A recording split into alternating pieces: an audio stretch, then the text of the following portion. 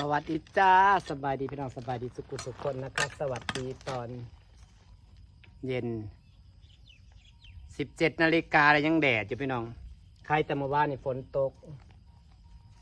ไอ้ต้นไทรกรีเขาสั่งมานะบางต้นมันก็ตายแล้ว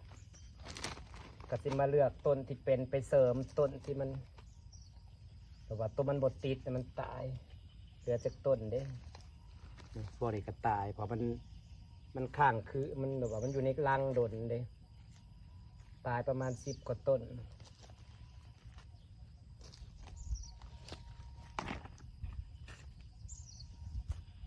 แตงครบ1 2 3ต้นก็พอแล้วมั้งนี่แต่ว่าตัวมันติดกันเริ่มเขียวเลยพี่น้องนี่ต้นไม้ที่สวยงามคือต้นอันนี้จ้า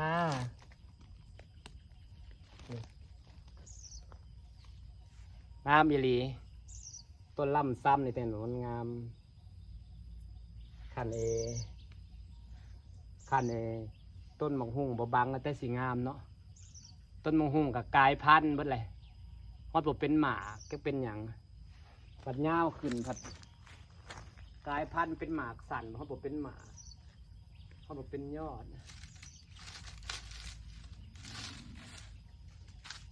ทำสาวให้มันใหม่ปะทำสาวให้มันใหม่บ่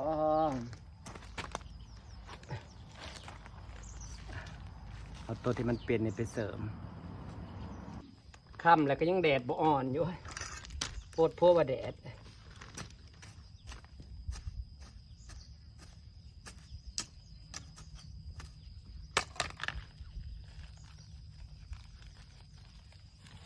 เสริมต้นใหม่ครับ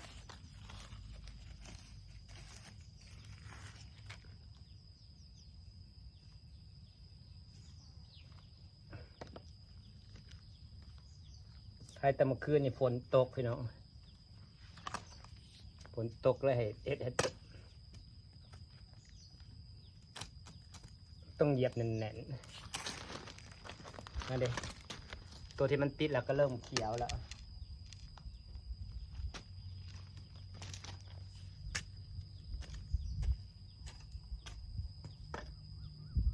ต้นบดติด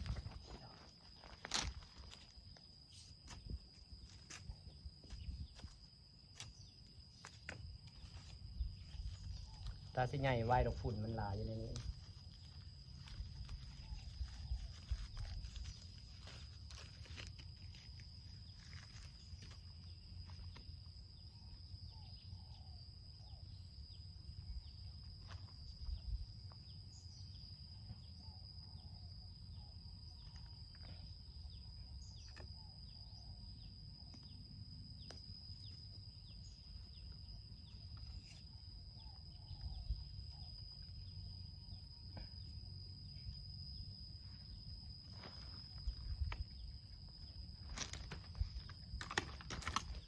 เขาปลูกเลี้ยงเอาแต่น้อย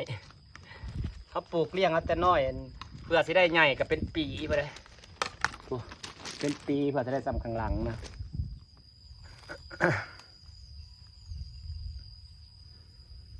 พี่น้องฝนตกเมื่อคืนนี่ตกแห้งแท้แห้งว่านี่ขึ้นมาเลยตกอีกได้ไหมสิพามาเบิ่งต้นไทรเกาหลีนี่ติดละเขียวแล้วเริ่มติดแล้วพี่น้องแต่คัดให้มักให้งามต้นอันนี้พี่น้องงามบ่ต้นลำซ้ำนี่งามอีหลีงามเนาะแบบเขียวงามเลยขนาดมีต้นหมากหุ่งบังเลยนี่แต่ต้นหมากหุ่งก็ยาวขึ้นแล้วก็บ่เป็นหมากเลยนี่เป็นหมากกระตัดถิ่มเท่านั้นนะคะเพราะมันบังต้นไม้ปลูกเอาใหม่แถวขอบสระพวกข้างหลังก็ซ้ำสิกินเลยนะอันนี้มันบังต้นไม้ตบแต่งก็มันบอกงามครับมันบอกเป็นหมากนางกะสีตัดถิ่มนะคะนั่นแหละหนาฝนก็แนวนี้แหละเนี่ยมันกลายพันธุ์กลายเป็นมังหุงสันบ้างไหมจับมังหุงยาวกลายเป็นมังหุงสันแปลกแล้วกระบดติดพร้อมงงบ่มังหุงยาวน่ะเน่นๆนะมึงเนี่ยคือบ่งามคือตัวหลังบ้านวะ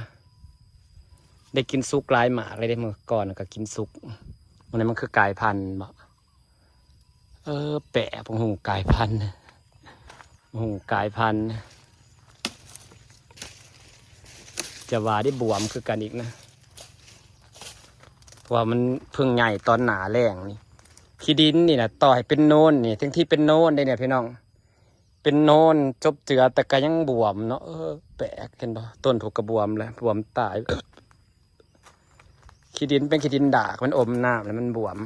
มันบ่เหลืองเข่าเหลืองเข่าหย่อเข่าหย่อเข่าเลยเหลือแต่ยอดเลยบวมหมดเลยมันเป็นน้ำเอียงวะหย่อเข่าหย่อเข่าบวมหมดเลยมีแต่สิตายอย่างเดียวเนี่ยตายหมดเลยข้างหลังกับบ้านก็ตายเลยนะได้กินแต่ต้นใหญ่แล้ว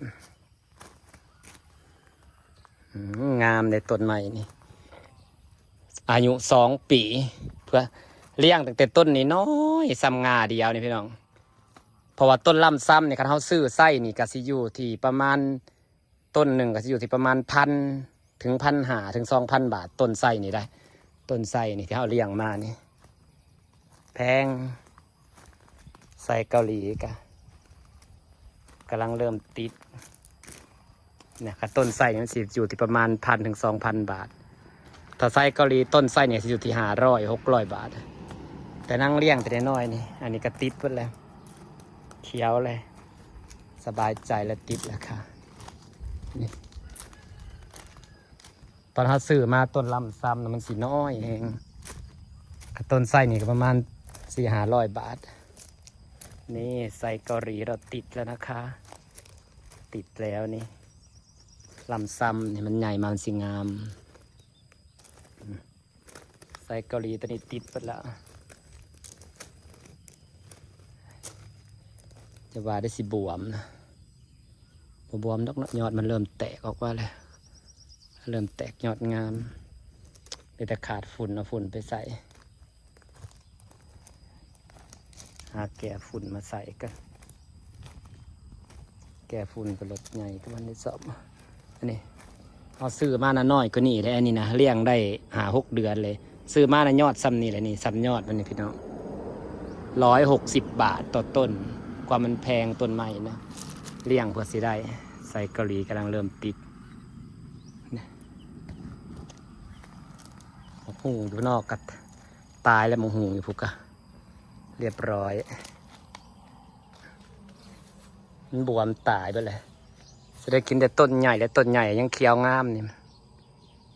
ต้นนี้ผัดบวมตายเลยเด้นี่อันนี้คือมันบวมเด้นี่พี่น้องคือมันบวมตายไปแล้ว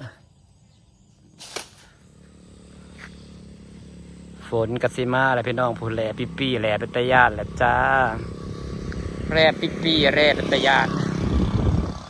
มีเสน่ห์พี่น้องประตูสีดำแล้วก็เฮือนกระโค้งสีดำเนาะมันลกหญ้าต้นไอ้ไปปลูกใส่เกาหลีเสริมแล้วมาลกหญ้าต้นอันนี้ให้มันงามมันกำลังงามพี่น้องงามปะกำลังงามต้นดาวเรืองนี่ค่ะกำลังสวยนะคะ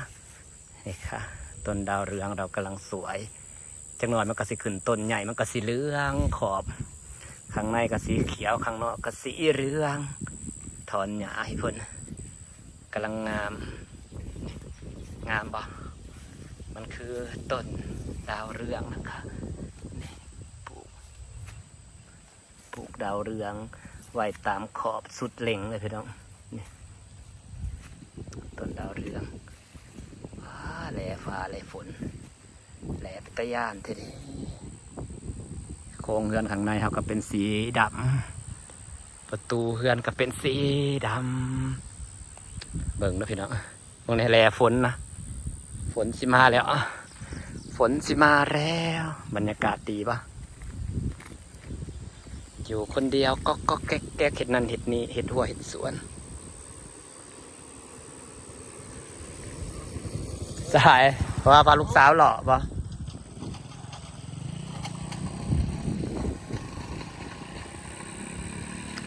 สักพักหนึ่งก็จะมีต้นดาวเรืองเต็มขอบเลยนะสีเหลืองสุดเหล่ง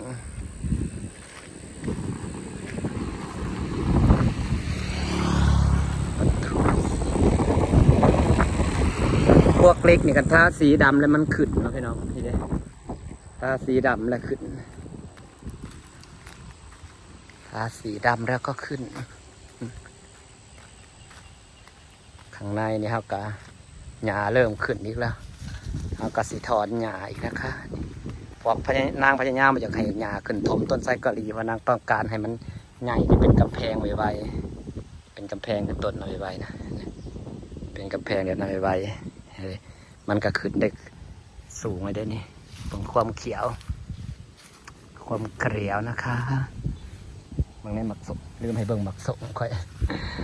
หลังจากที่บงกินยอดมันลายมันก็เริ่มแตกยอดเป็นหมากกูด